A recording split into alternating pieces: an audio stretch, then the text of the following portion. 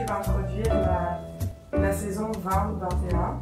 Je m'appelle Alain Grégoire, je suis directeur artistique et général par intérim du Théâtre de la 16e pendant le congé de maternité d'Esther Duquette. La saison 2020-2021 a commencé par la présentation d'un spectacle atypique, Nos repères, 5 vignettes à l'extérieur, à l'automne. Par la suite était programmé un spectacle plus ou moins en salle, Violette, en janvier, qui malheureusement, 2 semaines avant la première, a dû être annulé pour des raisons sanitaires.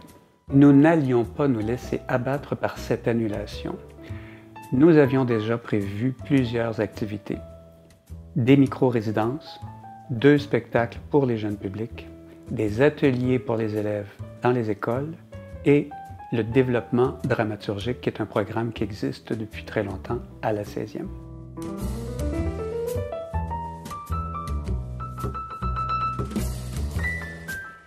Les micro-résidences ont été imaginées par Esther pour combler le manque d'activités professionnelles pour les artistes de Vancouver et leur permettre de développer un projet sans nécessairement obligation de résultat, en leur fournissant des moyens multiples comme une salle, des outils techniques et la rémunération d'une équipe jusqu'à 4 personnes pendant 6 jours. Nous avons donc lancé un appel à candidature, formé un comité de sélection, reçu 8 projets de micro-résidence.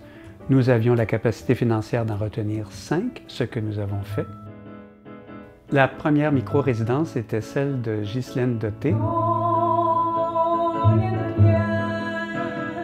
L'école buissonnière, une interprétation théâtrale des classiques de la chanson française. La dernière fois que tu as fait pendant une journée pluvieuse et romantique, Heureux qui comme Ulysse a fait un beau voyage. Heureux qui comme Ulysse a vu son paysage. La deuxième micro-résidence était l'œuvre de Sophie Brassard et Jenna Créchy, qui ont pu aller jusqu'au bout d'une œuvre qui avait été commencée, qui mêle la danse et le théâtre et qui est appelée à jouer dans les parcs.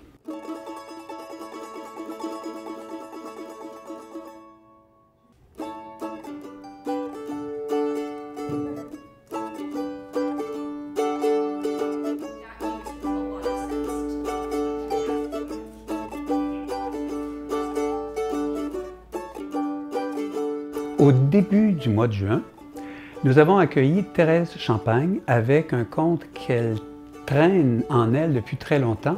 D'ailleurs, Petit Géant vient d'ici.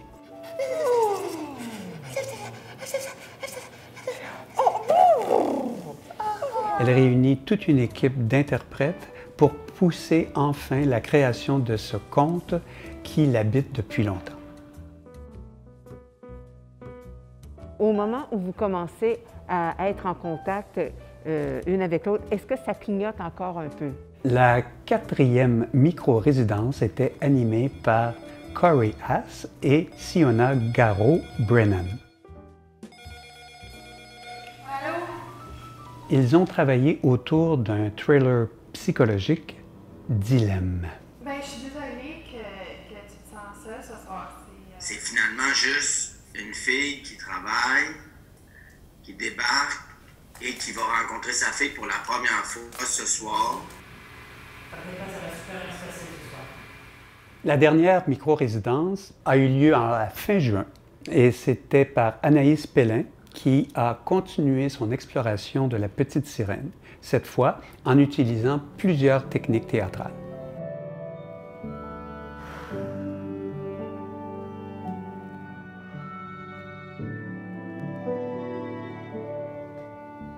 Comme on est dans le théâtre d'objets, on veut voir le sable, surtout parce qu'en fait c'est en grand et on a vu déjà Une fois t'es mort.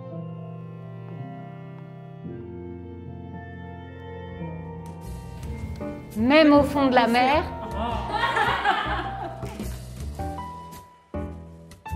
La face plus ou moins cachée du théâtre La 16e, ce sont ces spectacles pour les jeunes publics. Malgré la pandémie, Esther avait prévu 2 spectacles qui pouvaient passer à travers les mailles de la protection sanitaire. Nous avons donc présenté 2 spectacles, un pour les plus jeunes et un pour les plus vieux, qui étaient totalement sécuritaires et qui ont pu rentrer dans les écoles sans qu'aucun individu les accompagne.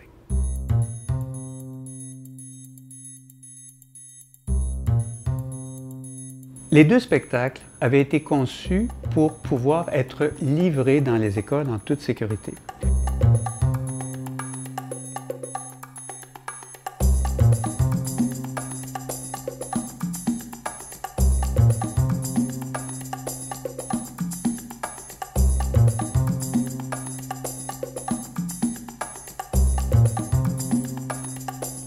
Deux régisseuses, chacune pour un spectacle, livraient le matériel du spectacle devant l'école et à la suite de la représentation, revenaient chercher le matériel pour le nettoyer pour qu'il soit prêt pour le prochain spectacle.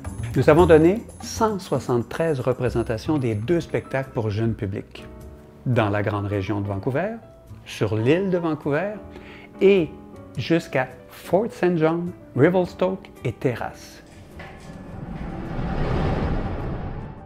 Le premier spectacle s'appelle La Voyageuse.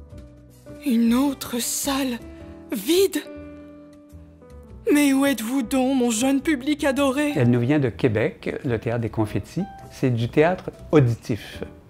Il y a 2 contes, un pour les plus jeunes, de 1e à 4e année, et l'autre pour les un peu plus vieux, de 5e à 8e année. Donc, la valise se déploie et les enfants, dans la classe, entendent 2 histoires.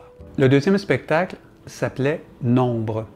C'est du collectif Alpha Charlie Kilo et ça a été adapté par la 16e et la Catapulte pour les adolescents. Le matériel technique se trouve dans cette mallette orange. C'était une boîte qui était livrée et dans la boîte, il y avait tous les éléments pour que la classe au complet puisse faire cette fois-ci du théâtre participatif. Ce spectacle est un spectacle participatif complètement joué par les élèves. C'est un spectacle par rapport à la rencontre, par rapport à la connexion, comment créer des moments entre les jeunes. Ce sont des groupes qui se connaissent assez bien, mais comment découvrir l'autre et soi-même aussi d'une nouvelle façon.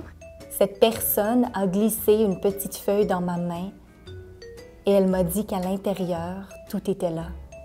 Tout ça était mené par Zoom, par 2 comédiens à distance qui menaient le jeu sans qu'ils aient à rentrer dans la classe. Ça nous a permis de nous renouveler, de faire quelque chose d'important, de poignant pour les élèves qui ont aussi une année difficile. Nombre nous invite à nous poser des questions sur la rencontre.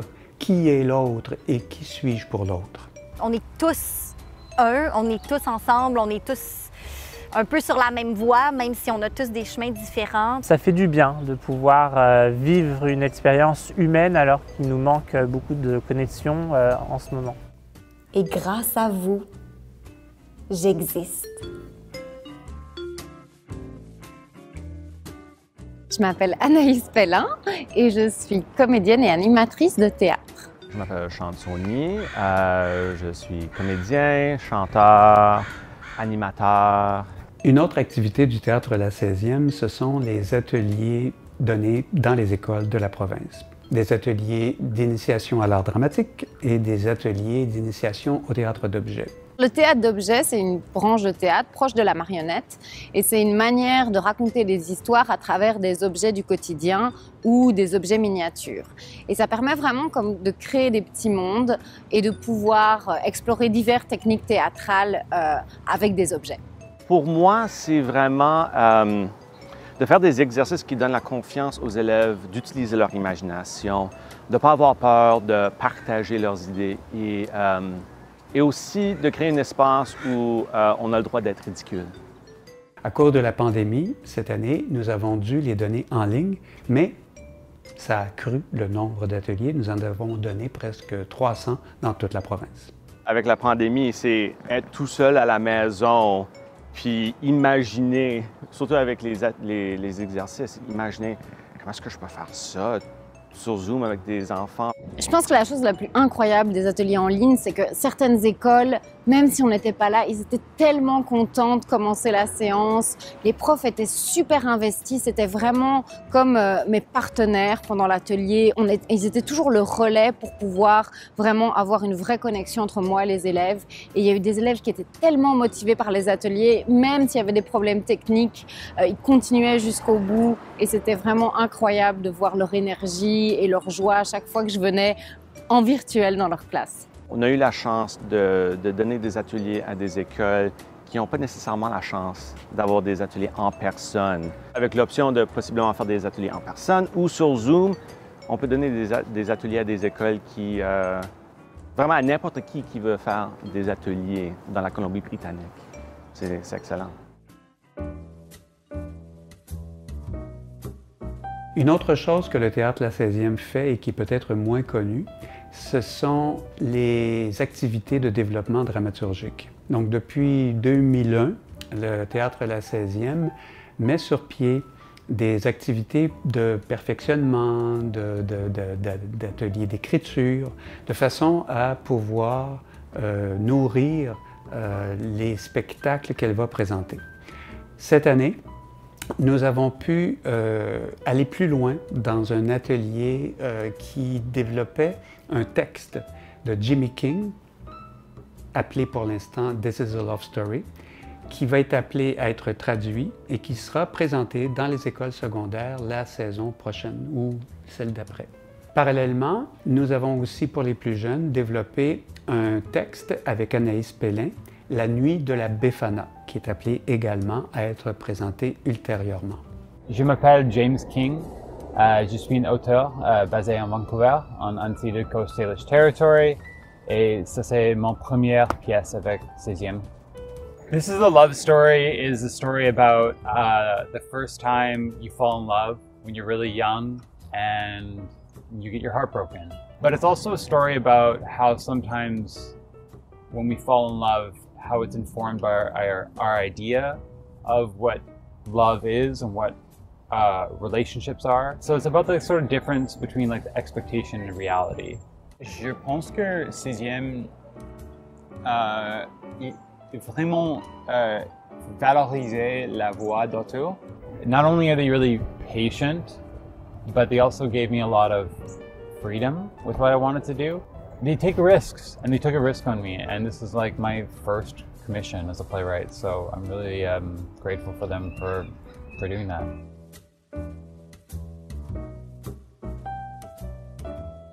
Au début de la pandémie, il y a eu beaucoup de contrats annulés ou postposés.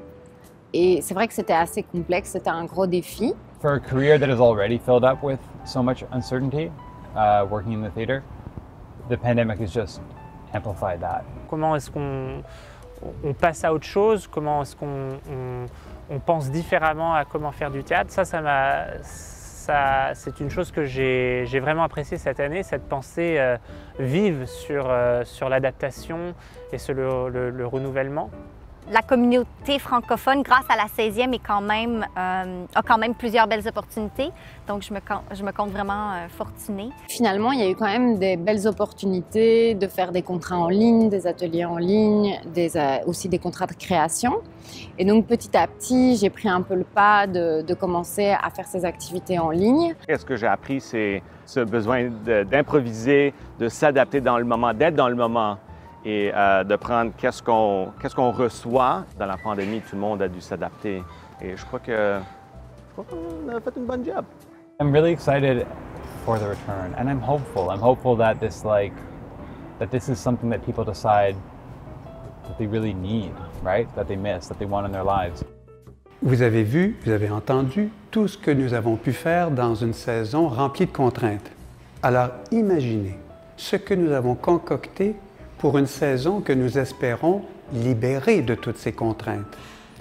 Nous avons très hâte de vous retrouver au théâtre. Bienvenue.